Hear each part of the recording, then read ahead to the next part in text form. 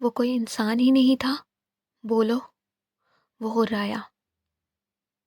مجھے نہیں پتا، میں نہیں جانتی، اللہ کی قسم۔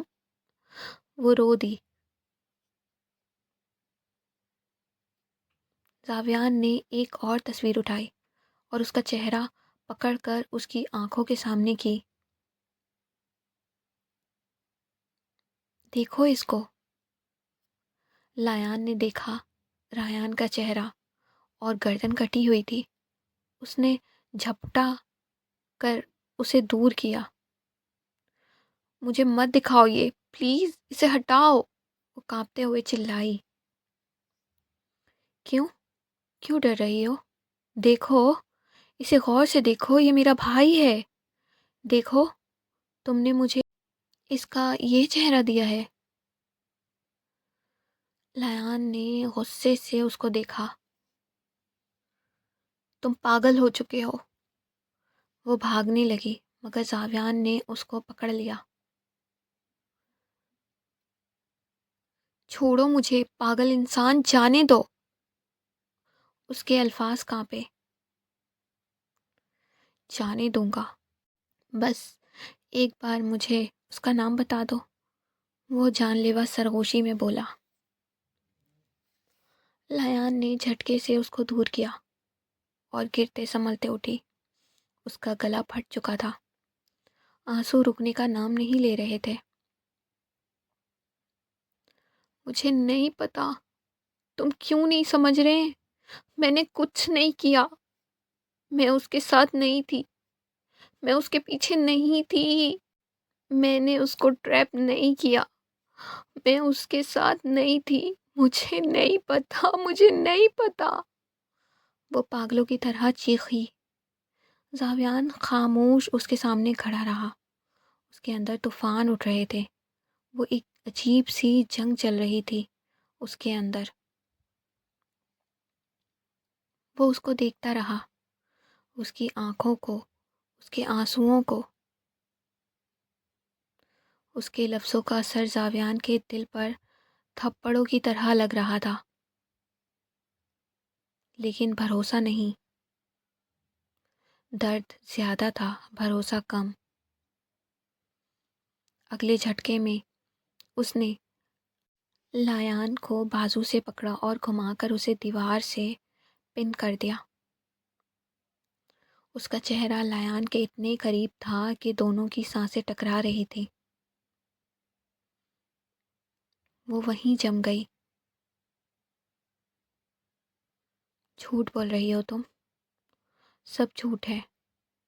میرے بھائی کا قتل تم نے نہیں کیا تو پھر کس نے کیا ہے؟ اس کی آنکھوں میں دیکھتے وہ گرجا۔ ایک بار پھر لایان کی آنکھیں بھر آئیں۔ میں نہیں ہوں، میں نہیں تھی زاویان، میں بھی انسان ہوں، اگر تم چاہو تو مجھے مار دو، لیکن مجھ پر یہ الزام مت لگاؤ۔ وہ جو سختی سے اس کے کندھے کو دبائے کھڑا تھا فریز ہو گیا۔ کچھ لمحوں کے لیے اس کو لگا جیسے کسی نے اس کا دل مٹی میں مسل دیا ہو۔ اس کے ہاتھ ایک دم ڈھیلے پڑے۔ وہ اب بھی اس کے سامنے تھی، روتی ہوئی، پاس، بہت ہی پاس۔ وہ لمحہ زہر جیسا تھا۔ دونوں ایک دوسرے کو دیکھتے رہے۔ لایان کی آنکھوں کا درد زاویان کے اندر کے زخموں کو ادھیڑ رہا تھا۔ زاویان، دانش نے تیزی سے دروازہ کھولا۔ اس کی سانسیں پھولی ہوئی تھی اور چہرے پر گھبراہٹ تھی۔ زاویان رک جاؤ، چھوڑ دو اسے۔ زاویان نے دھیرے سے دانش کو دیکھا۔ وہ جھوٹ نہیں بول رہی، اس نے کچھ نہیں کیا۔ اصلی دشمن آذان ہے۔ سب کچھ اسی نے پلان کیا تھا۔ رایان کو کڈنیپ، وہ کلوز اور لایان کو پھنسانا، سب کچھ۔ زاویان کا دماغ بلینک ہو گیا۔ اس کے ہاتھ ابھی بھی لایان کو پکڑے ہوئے تھے۔ اسے سمجھ نہیں آ رہا تھا کہ وہ یہ سب کیوں کر رہا تھا۔ ابھی بھی بھروسہ نہیں ہے تو ٹھیک ہے، پوری زندگی کے لیے قید کرتے رہو، مگر سچ تو یہ ہے کہ میں بے گناہ تھی۔ زاویان نے دھیرے سے اس کو دیکھا۔ اس کے الفاظ زاویان کے دل پر کسی چاقو کی طرح لگے تھے۔ اس نے محسوس کیا وہ کانپ رہی تھی، خوف زدہ تھی۔ اس نے فوراً اسے چھوڑا، ہولے سے پیچھے ہٹا اور تیزی سے کمرے سے باہر نکل گیا۔ لایان دیوار سے لپٹی نیچے گری۔ اس کی آنکھوں میں صرف ایک چیز تھی، زاویان کے لیے نفرت۔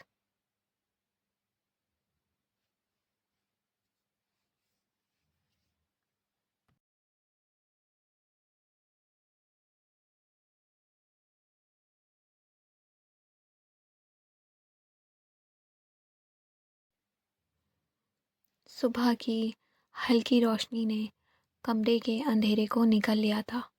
مشال دھیرے سے بستر سے اٹھی اور باتھ روم کی طرف بڑھی۔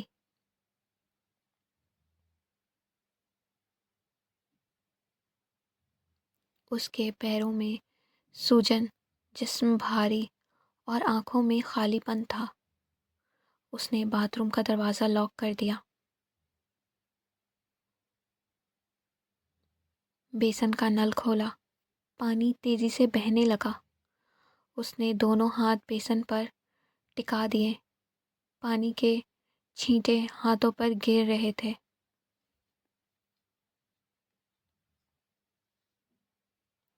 اس نے چہرہ اٹھا کر آئینے میں دیکھا، آنکھیں سوجی ہوئی اور سرخ، ہونٹ خشک اور پھٹے ہوئے، بال بکھرے ہوئے۔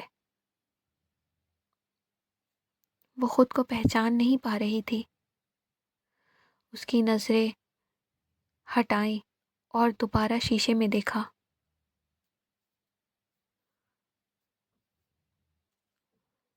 ایک کھوکھلی ہنسی اس کے ہونٹوں سے نکلی، جو 2 پل میں آنسوؤں میں بدل گئی۔ اس نے چہرے پر زور سے پانی کے چھینٹے مارے۔ نل بند کر کے وہ واپس کمرے میں آئی۔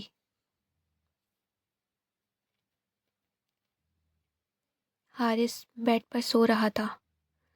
مشال ٹھہر سی گئی، کافی دیر کھڑی اس کو دیکھتی رہی، آنکھیں عجیب سے اندھیرے میں ڈوبی۔ اس کی نظریں بے اختیار بیڈ کے پاس پڑے ایک گلاس کے پیپر ویٹ پر پڑی۔ اس نے دھیرے سے اسے اٹھایا، ہاتھ ہلکا سا کانپا۔ جیسے ہی اس نے حارث کے سر پر مارنا چاہا، حارث کی آنکھ کھل گئی۔ وہ تیزی سے اٹھا اور ایک ہی جھٹکے سے اس کا ہاتھ پکڑ کر موڑ دیا۔ پیپر ویٹ زمین پر گر گیا۔ اس نے مشال کو خود کے پاس کھینچ کر بیڈ پر گرایا اور گردن پکڑ لی۔ مشال کی سانس اٹک گئی، اس کا چہرہ سرخ ہو گیا۔ اس نے نفرت سے حارث کو دیکھا۔ قتل کا ارادہ تھا؟ حارث کے ہونٹوں پر شیطانی ہنسی آئی، جیسے اس کی بے بسی کا مذاق اڑا رہا ہو۔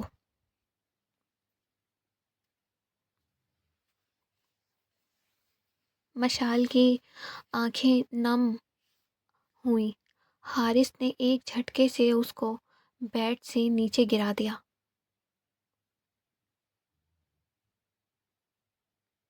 یاد رکھنا مشال، نہ تم مجھے مار سکتی ہو، نہ مجھ سے بچ سکتی ہو۔ وہ سرسرایا۔ وہ زمین پر گری پڑی تھی۔ اس کا دماغ خالی ہو چکا تھا۔ اسے یہ بھی بھول گیا تھا وہ کون تھی یا اس کے ساتھ کیا ہو چکا ہے۔ حارث نے زہر اس کے جسم میں نہیں، اس کی روح میں اتارا تھا۔ تھوڑی دیر بعد دروازہ کھلنے اور لاک ہونے کی آواز آئی۔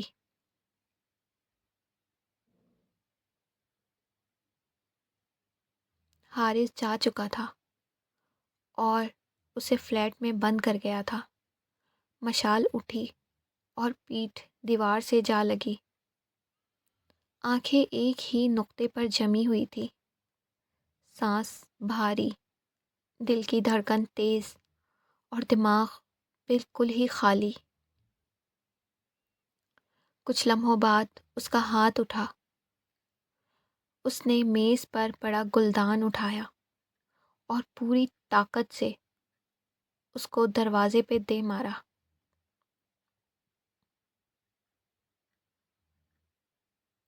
شیشے کے ٹکڑے ہر طرف بکھر گئے۔ وہ آگے بڑھی اور بیڈ کی چادر نوچ کر زمین پر پھینک دی۔ ڈریسنگ ٹیبل کی ساری چیزیں زور سے گرا دی۔ فرش شیشے کے ٹکڑوں سے بھرتا گیا، یہاں تک کہ اس نے ڈریسنگ ٹیبل کا شیشہ تک توڑ دیا۔ وہ ہر چیز توڑتی جا رہی تھی، جیسے اپنے اندر کی توڑ پھوڑ کو آواز دے رہی ہو۔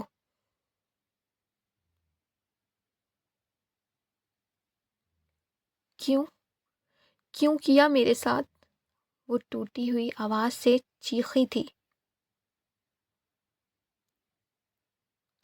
وہ دیوار سے لگی اور نیچے بیٹھتی چلی گئی۔ اس کی آنکھوں سے آنسو ٹپ ٹپ بہتے گئے۔ اس نے دونوں ہاتھ سر پر رکھے اور بالوں کو مٹھیوں میں جکڑ لیا۔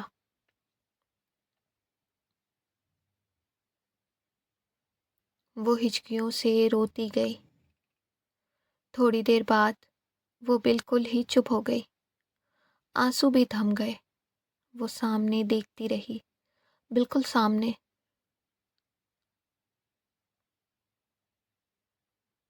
اب وہ کچھ بھی محسوس نہیں کر رہی تھی، نہ تکلیف نہ ڈر، بس ایک اندھیرا تھا جو اس کے اندر گھر بنا چکا تھا۔ اس اندھیرے میں صرف ایک آواز گونج رہی تھی،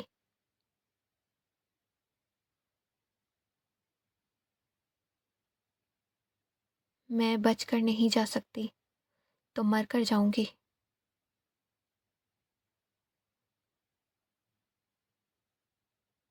آج کے ایپیسوڈ کا اختتام ہوا، تو آپ لوگوں کو یہ ایپیسوڈ کیسی لگی؟ اپنی رائے کا اظہار کامنٹ سیکشن میں ضرور دیجیے گا، بتائیے گا۔ آپ لوگوں کے پیارے پیارے کامنٹ کا انتظار رہتا ہے۔ تو ملتے ہیں نئے ایپیسوڈ کے ساتھ۔ اپنا بہت زیادہ خیال رکھیے گا۔ اللہ حافظ۔